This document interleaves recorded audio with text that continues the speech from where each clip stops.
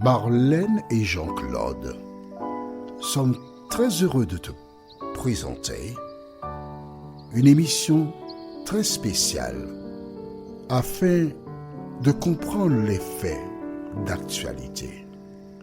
Merci pour ta fidélité. Merci d'être fidèle surtout à la parole de l'Éternel. Aujourd'hui, notre thème est Halloween. Nous avons deux références bibliques. La première vient du livre de Deutéronome, chapitre 12, les versets 29 à 32. Deutéronome, chapitre 12, les versets 29 à 32. Et Lévitique 19, verset 31. Lévitique chapitre 19, le verset 31. Avant d'aborder ce thème, prions. Notre Seigneur et notre Dieu, nous approchons donc de ce 31 octobre, date à laquelle des femmes et des hommes célèbrent Halloween. Saint-Esprit, merci de continuer de nous éclairer, de nous conduire dans toute la vérité. Nous t'en prions au nom de Jésus et pour ta gloire éternelle. Amen. Qu'est-ce que cette fête Halloween? Selon TF1 Info, ce 31 octobre, à l'occasion de la fête d'Halloween, les toiles d'araignée et citrouilles envahissent les vitrines des magasins de France, mais aussi des jardins. Originaire d'Irlande, où serait née la tradition, le mot revêt une signification et une date proche de notre fête de la Toussaint. Une tradition venue donc d'Irlande, c'est sur l'île verte dans le comté de Meath que la fête d'Halloween serait née il y a 2500 ans. Sémantiquement, le mot est une contraction de l'anglais All Hallows Eve, une locution que l'on pourrait traduire en français par la veille de tous les saints ou la veillée de la Toussaint. À la genèse de cette célébration, la fête irlandaise de Samhain ou Samhain, aux origines celtes, qui célèbre le passage de la saison estivale claire à la sombre saison de l'hiver, explique le site bretagne.com, précisant qu'elle était célébrée 3 jours avant le 31 octobre et 3 jours après, du 29 octobre au 4 novembre, d'après notre calendrier grégorien. Le deuxième jour étant dédié à la mémoire des défunts. Feux de joie. Les feux dans les maisons familiales devaient rester allumés pendant la récolte.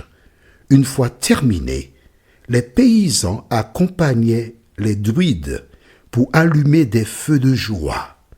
Les Celtes croyaient que la barrière entre les mondes physiques et spirituels pouvait être franchie durant cette période. Selon certaines théories, ils se déguisaient alors pour effrayer des êtres pouvant passer librement de l'au-delà au royaume humain. Voilà donc l'histoire de ce qu'on appelle aujourd'hui Halloween. Que dit la Bible concernant des pratiques qui existent? Allons dans le livre de Deutéronome, chapitre 12, et nous lirons les versets 29 à 32. Le peuple d'Israël avait séjourné en Égypte pendant 430 ans, et ils avaient appris des pratiques qui étaient contraires à la parole de Dieu.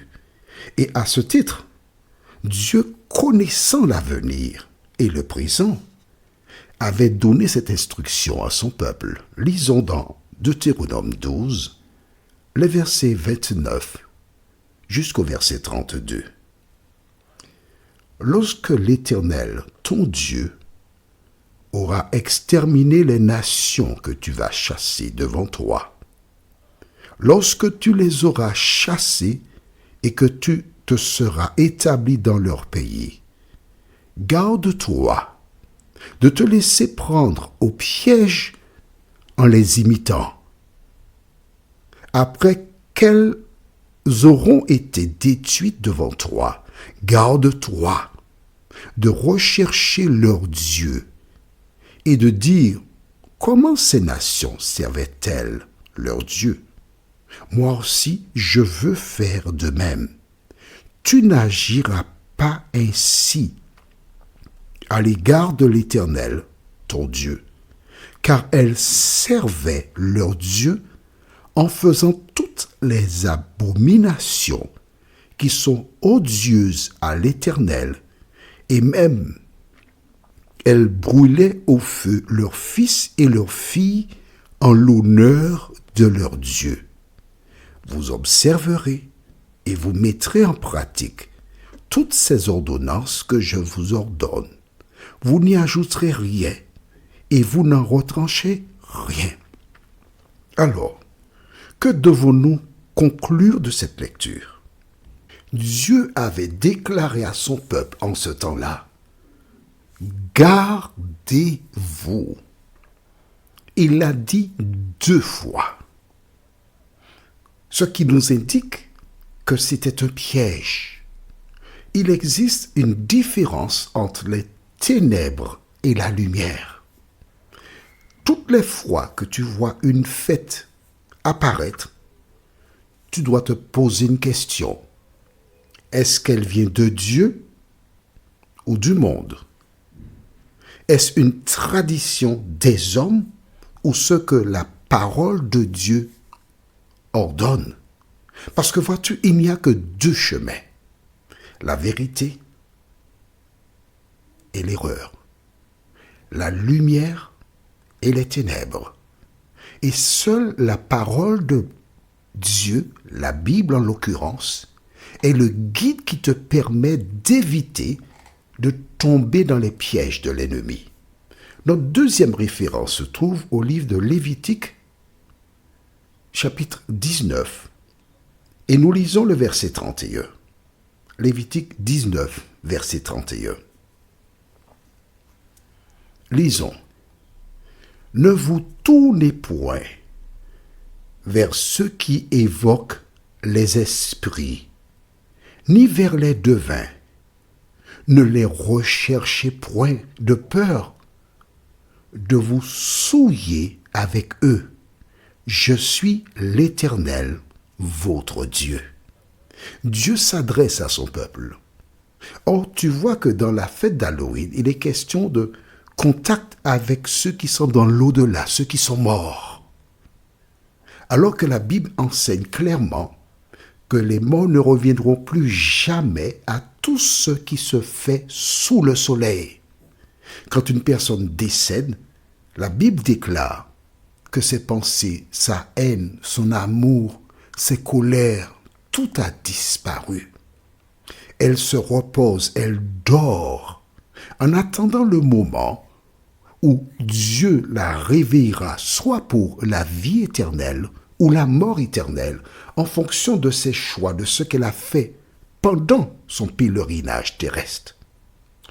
Chaque jour, nous verrons apparaître de nouvelles propositions, de nouvelles fêtes, de nouveaux moments de réjouissance. Mais je voudrais que tu saches une chose. Celle ou celui qui lit la parole de Dieu, la Bible, sait que dans les derniers jours, l'ennemi proposera toute espèce d'activité afin de remplir le temps des gens pour qu'ils n'aient pas le temps pour lire la Bible, réfléchir, analyser et faire le bon choix. Alors, tandis que des personnes se préparent à se déguiser, quand on se déguise, c'est pour s'amuser, pour certains, mais c'est pour tromper aussi. Toi qui lis la parole de Dieu, je t'invite à te poser une question. Y a-t-il un seul verset de la Bible où les chrétiens se déguisaient. Un seul verset. Toutes les fois qu'on te propose quelque chose, recherche dans la Bible l'origine de cette chose. Et si elle n'est pas là, n'adhère pas. Rappelle-toi, à 2 reprises, Dieu a dit « garde-toi de suivre leur exemple ». Que l'Éternel continue de t'éclairer. Et n'oublie pas qu'il t'a donné la Bible, la parole. Elle a été placée là pour ton instruction. Toi et moi, pour notre instruction, à nous qui sommes parvenus. Comme elle dit la Bible, les temps seront difficiles. Nous aurons de nombreux défis. Parce que l'ennemi qui est un lion rugissant, il cherche qui il dévorera.